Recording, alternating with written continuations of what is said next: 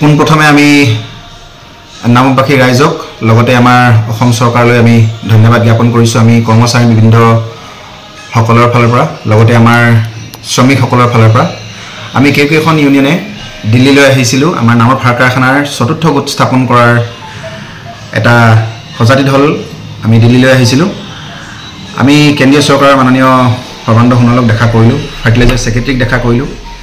আমি আজিৰ দিনটোত আমাৰ মাননীয় কেন্দ্ৰীয় সাৰ মন্ত্ৰী জে.পি. নাড্ডা ডাঙৰীয়াক আমি লগ কৰাৰ কথা আছে। যোৱাকালি অসম চৰকাৰে মাননীয় মুখ্যমন্ত্ৰী হিমন্ত বিশ্ব শৰ্মা ডাঙৰীয়াই অসমৰ কাৰণে আৰু নামৰূপবাসীৰ কাৰণে যি এটা অভূতপূৰ্ব এটা ডাঙৰ সিদ্ধান্ত নামৰূপবাসীৰ কাৰণে ল'লে যে নামৰূপ সাৰ কাৰখানাৰ চতুৰ্থ গোট নিৰ্মাণ কৰিবলৈ যাওঁতে 40% অসম চৰকাৰে ঘোষণা কৰিলে তেওঁলোকে অংশগ্ৰহণ কৰিব বুলি। অংশীদাৰ হিচাপে 40% তেওঁলোকে থাকিব। তাক লৈ আমি নামৰূপবাসী হিচাপে তেখেতৰ ওচৰত চিৰ ঋণী হৈ থাকিম। কাৰণ কিয়নো যোৱা কেইবাটাও বছৰ উকলি যোৱাৰ পাছতো আমাৰ নামৰূপ সাৰ কাৰখানাৰ এটা ভাল দিন আমি পাম বা দেখিম বুলি আমি আশা কৰা নাছিলোঁ। কিন্তু আজিৰ দিনত যিহেতু সাফল্যমণ্ডিত হৈ উঠিছে, আমি তাৰ কাৰণে তেখেতৰ ওচৰত লগতে নকলেও নহ'ব, নকৈও নোৱাৰিম, আমাৰ সন্মানীয় নাহৰকটীয়া সমষ্টিৰ বিধায়ক তৰংগ গগৈ ডাঙৰীয়া, আমি তেখেতকো অশেষভাৱে ধন্যবাদ জ্ঞাপন কৰিছোঁ। কাৰণ তেখেতৰ অভূতপূৰ্ব প্ৰচেষ্টাৰ ফলত আজি মাননীয় মুখ্যমন্ত্ৰী ডাঙৰীয়াই আমাৰ কাৰণে এটা ডাঙৰ সিদ্ধান্ত ল'লে। আমি তেখেতক দুয়োকে ধন্যবাদ জ্ঞাপন কৰিছোঁ। অসম চৰকাৰ তথা ভাৰত চৰকাৰক আমি অশেষ ধন্যবাদ জনাইছোঁ। এইটো কাৰণতে আজি 18 বছৰ পাৰ হোৱাৰ পিছত যি কালি তেখেতে অসমৰ মুখ্যমন্ত্ৰী মাননীয় মুখ্যমন্ত্ৰী হিমন্ত বিশ্ব শৰ্মা দেৱে যি 40% লোৱাৰ কথা শ্বেয়াৰ লোৱাৰ কথা ক'লে, আমি তেখেতৰ ওচৰত অসম চৰকাৰৰ ওচৰত বহুত আশাবাদী আৰু তেওঁলোকে যিটো পদক্ষেপ আগবঢ়াই দাঙি ধৰিলে এই বস্তুটোত আমি সন্তুষ্ট। গতিকে ইয়াতে আমি কৈ বা এইখিনিতে লোকেল বিধায়ক তৰংগ দেৱকো ধন্যবাদ জনাইছোঁ। কাৰণ আগলৈকেও তেখেতসকলৰ আমাৰ কামত বহুত দৰকাৰ হ'ব আৰু তেখেতসকলে এই কামখিনি কৰি যাব বুলি আমি আশা ৰাখিছোঁ। নামৰূপ চতুৰ্থ গোটৰ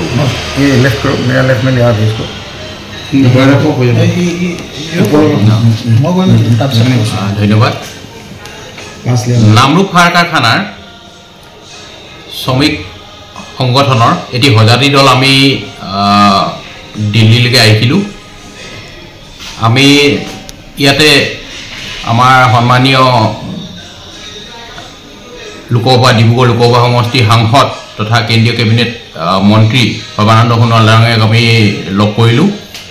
মূলতঃ নামৰূপ সাৰ কাৰখানাৰ চতুৰ্থ গোট নিৰ্মাণ আৰু এই ক্ষেত্ৰত আমি তেখেতসকলৰ পৰা ইতিমধ্যে ইতিবাচক সঁহাৰি আমি লাভ কৰিছোঁ।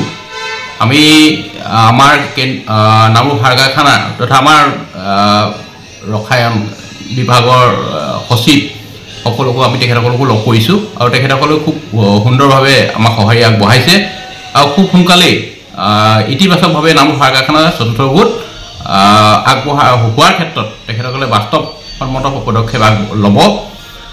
আৰু যোৱাকালি আমি এটা খুব আদৰণীয় আৰু প্ৰশংসনীয় এটি পদক্ষেপ অসম চৰকাৰৰ তেখেতসকলে যি কেবিনেট সমিতিৰ সভা হৈছিল তাত ল'লে যে নামৰূপ সাৰ কাৰখানাৰ যি অংশীদাৰিত্ব অসম চৰকাৰৰ 40%লৈকে তেখেতসকলে আগবঢ়াই দিলে আৰু যোৱা কেবিনেট সমিতিত তেখেতসকলে এই সিদ্ধান্ত গ্ৰহণ কৰিলে।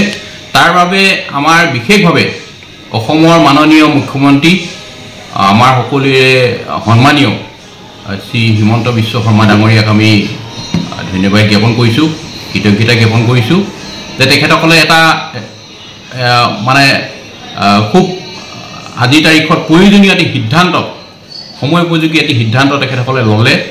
নামৰূপ সাৰ কাৰখানাৰ যি অসমৰ এটি স্বাভিমান, এই স্বাভিমান যিটো উদ্যোগ, এই উদ্যোগ বচাই ৰাখিবৰ বাবে আৰু তাৰ বাবে আমাৰ বিশেষভাৱে আমাৰ যি যুৱ বিধায়ক নাহৰকটীয়া সমষ্টিৰ মাননীয় তৰংগ গগৈ ডাঙৰীয়া আছে, তেখেতেও এই ক্ষেত্ৰত খুব সক্ৰিয়ভাৱে এই গোটেই বিষয়বস্তুবিলাক আগবঢ়াই লৈ যোৱাৰ বাবে আমি তেখেতকো ধন্যবাদ জ্ঞাপন কৰিছোঁ। আমাৰ যি শ্ৰমিক সংগঠন আছে, আমি শ্ৰমিক সংগঠন দিল্লীলৈ যিসকলে আহিছিলোঁ আমি সকলোৰে ফালৰ পৰা তথা আমাৰ নামৰূপবাসী ৰাইজৰ ফালৰ পৰা তেখেতক সকলোকে আমি ধন্যবাদ জ্ঞাপন কৰি কৈছোঁ ধন্যবাদ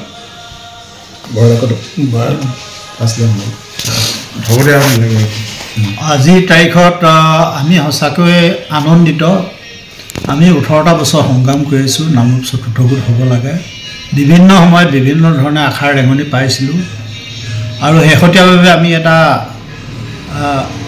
উন্নত ধৰণৰ এটা বাৰ্তা পাইছোঁ যে অসম চৰকাৰে 40% শ্বেয়াৰ 40% মূলধনৰ শ্বেয়াৰ ইয়াত ব্যয় কৰিব নামৰূপ সাৰ কাৰখানা চতুৰ্থ গোটত ভাল পাইছোঁ আৰু এই আপাহতে আমাৰ সকলোজনে নিশ্চয় সকলো নামৰূপবাসী ৰাইজে আজি এই বাৰ্তাটো পাই ভাল পাইছে আমিও ভাল পাইছোঁ শ্ৰমিক সংগঠনৰ প্ৰতিনিধি হিচাপে আৰু লগে লগে আমি এটা কথাও কামনা কৰিম কেন্দ্ৰ চৰকাৰক আহ্বান কৰিম যে বাকী 60% মূলধন ব্যয়ৰ যি শ্বেয়াৰ হ'ব এইখিনি যাতে সোনকালে যোগাৰ কৰি 100% কৰি নামৰূপ চতুৰ্থ গোট স্থাপন কৰে এইখিনি কিন্তু আমাৰ কামনাৰ কথা কাৰণ বিভিন্ন সময়ত আমি বেলেগ ধৰণৰ আশ্বাস পাইছিলোঁ যিটো হোৱা নাই কিন্তু এইবাৰ আমি কেন্দ্ৰীয় চৰকাৰকো আহ্বান কৰিম সকলোকে আহ্বান কৰিছোঁ ৰাজ্য চৰকাৰে কৰণীয় কামখিনি কৰি দিলে 40% বাকী 60% তেখেতসকলে যোগাৰ কৰি 100% কৰি নামৰূপ সাৰ কাৰখানা চতুৰ্থ গোট